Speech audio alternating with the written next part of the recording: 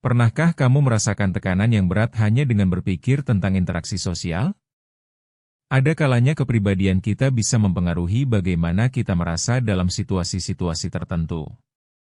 Selamat datang di Ruang Tumbuh. Chapter 1, Pengertian Introvert dan Anxiety. Introvert adalah orang yang cenderung lebih suka menghabiskan waktu sendiri atau dalam kelompok kecil daripada berada dalam keramaian. Di sisi lain, anxiety atau kecemasan adalah perasaan khawatir yang seringkali tidak bisa dikendalikan.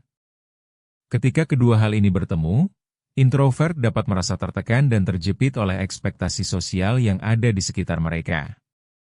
Mereka seringkali merasa harus tampil dengan cara tertentu di depan orang lain. Ini membuat introvert merasa tidak nyaman dan bahkan takut. Karena cenderung merenungkan pengalaman lebih mendalam, kekhawatiran ini bisa terasa sangat besar dan berat.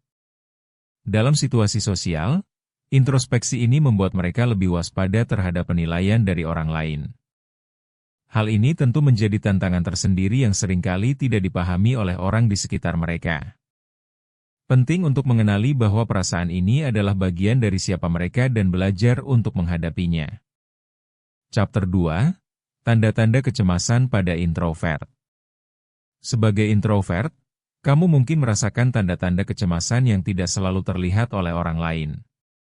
Misalnya, saat menghadapi interaksi sosial, kamu mungkin merasa jantung berdebar, keringat dingin, atau bahkan berusaha mencari alasan untuk menghindari situasi tersebut.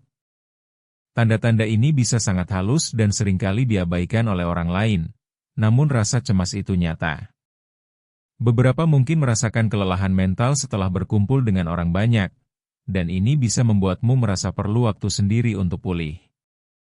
Begitu banyak pikiran yang berseliweran di benak, kadang sulit untuk tidur nyenyak karena memikirkan apa yang seharusnya mereka katakan atau lakukan dalam interaksi tersebut.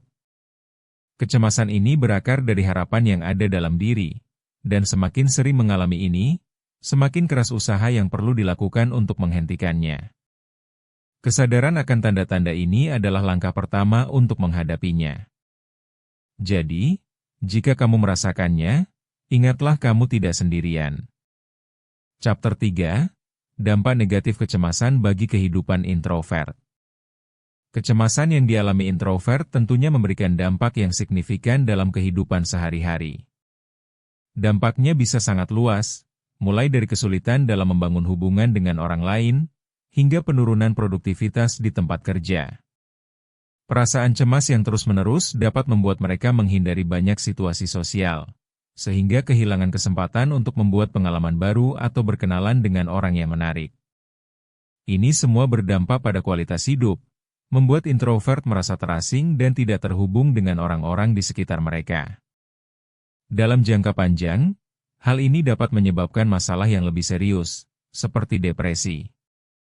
Introvert mungkin merasa terjebak dalam rutinitas mereka dan tidak tahu cara keluar dari perasaan tersebut. Merasa tidak nyaman dan tertekan bisa merusak mental, sehingga penting untuk diingat bahwa memutus siklus ini dimulai dengan pengakuan dan penerimaan akan kondisi yang ada. Mencari cara untuk membantu diri sendiri adalah langkah yang sangat berharga. Chapter 4, Jalan Keluar, Strategi Menghadapi Kecemasan. Ada banyak cara untuk mengatasi kecemasan, terutama bagi seorang introvert. Pertama, cobalah untuk menulis jurnal.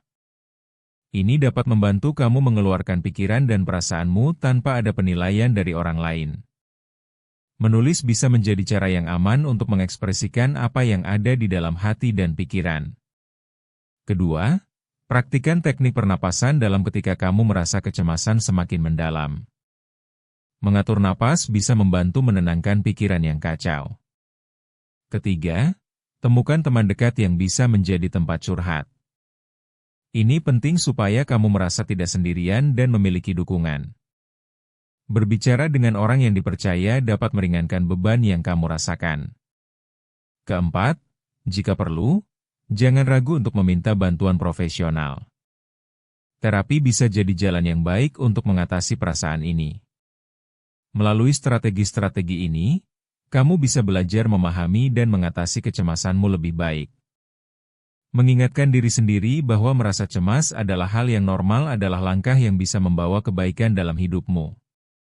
Chapter 5. Memberi dani kecemasan menuju pertumbuhan diri. Meskipun perjalanan menghadapi kecemasan tidak selalu mudah, perjalanan ini dapat membantu kamu menuju pertumbuhan dan kesadaran diri. Setiap momen ketidaknyamanan adalah kesempatan bagi kamu untuk belajar akan diri sendiri. Apakah kamu ingin terus hidup dalam bayang-bayang ketakutan? Atau, maukah kamu memilih jalan untuk tumbuh dan belajar dari setiap pengalaman yang ada? Kecemasan yang kamu rasakan bisa menjadi guru terbaik dalam hidupmu, membantu mengenal dirimu lebih dalam. Dengan zaman yang terus berubah, setiap langkah kecil menuju keterbukaan bisa menjadi kunci untuk bersosialisasi dengan lebih baik serta membangun rasa percaya diri yang kuat. Ingat, ini bukan hanya tentang mengalahkan kecemasan, tetapi lebih kepada bagaimana kita bisa berkembang menjadi versi terbaik dari diri kita sendiri. Menghadapi rasa takut adalah cara untuk menemukan potensi yang mungkin selama ini terpendam. Jangan ragu untuk terus belajar bersama kami di Ruang Tumbuh. Bertumbuh itu proses, bukan lomba.